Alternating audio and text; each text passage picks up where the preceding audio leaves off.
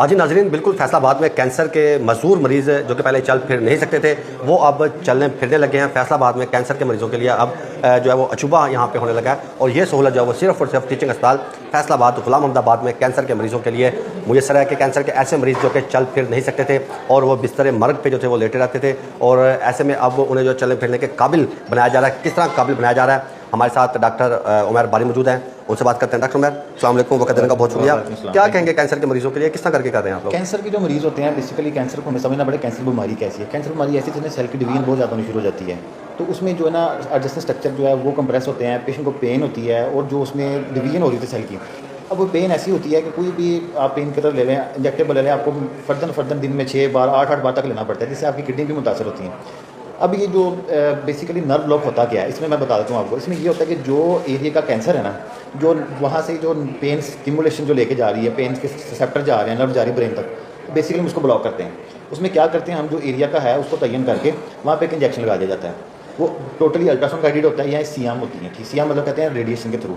उसको हम सारा असेस करते हैं, जो एरिया है उसमें हम पेन का इंजेक्शन लगा देते हैं। वो 3 माह तक जो है ना पेशेंट जो है ना पेन फ्री रहता है। तो ये फैसलाबाद में किसी जगह भी नहीं हो रहा, प्राइवेट भी नहीं हो रहा, गवर्नमेंट तो बहुत दूर की बात है।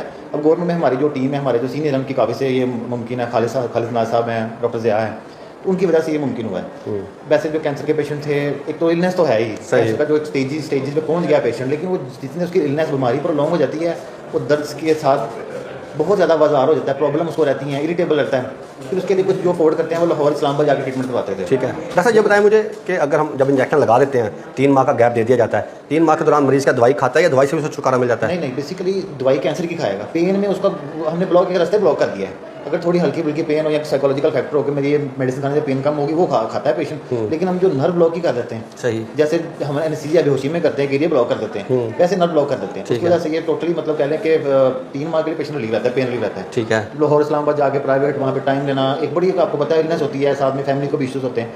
अब यहाँ पे अवेलेबल फ्री ऑफ कॉस्ट है। ठीक है, हम सारा फ्री ऑफ कॉस्ट करते हैं, पेशेंट को फॉलोअप पे भी बुलाते हैं। ठीक है, तो अल्हम्दुलिल्लाह रिजल्ट वगैरह अच्छे हैं, टीम हमारी माशाल्लाह ट्रेंड है। सही है। आज बिल्कुल इसका रिजल्ट अच्छा है, और जो कैंसर के मरीज़ हैं वो अब उन्हें जो है चलने फिरने के काबिल बनाया जा रहा है।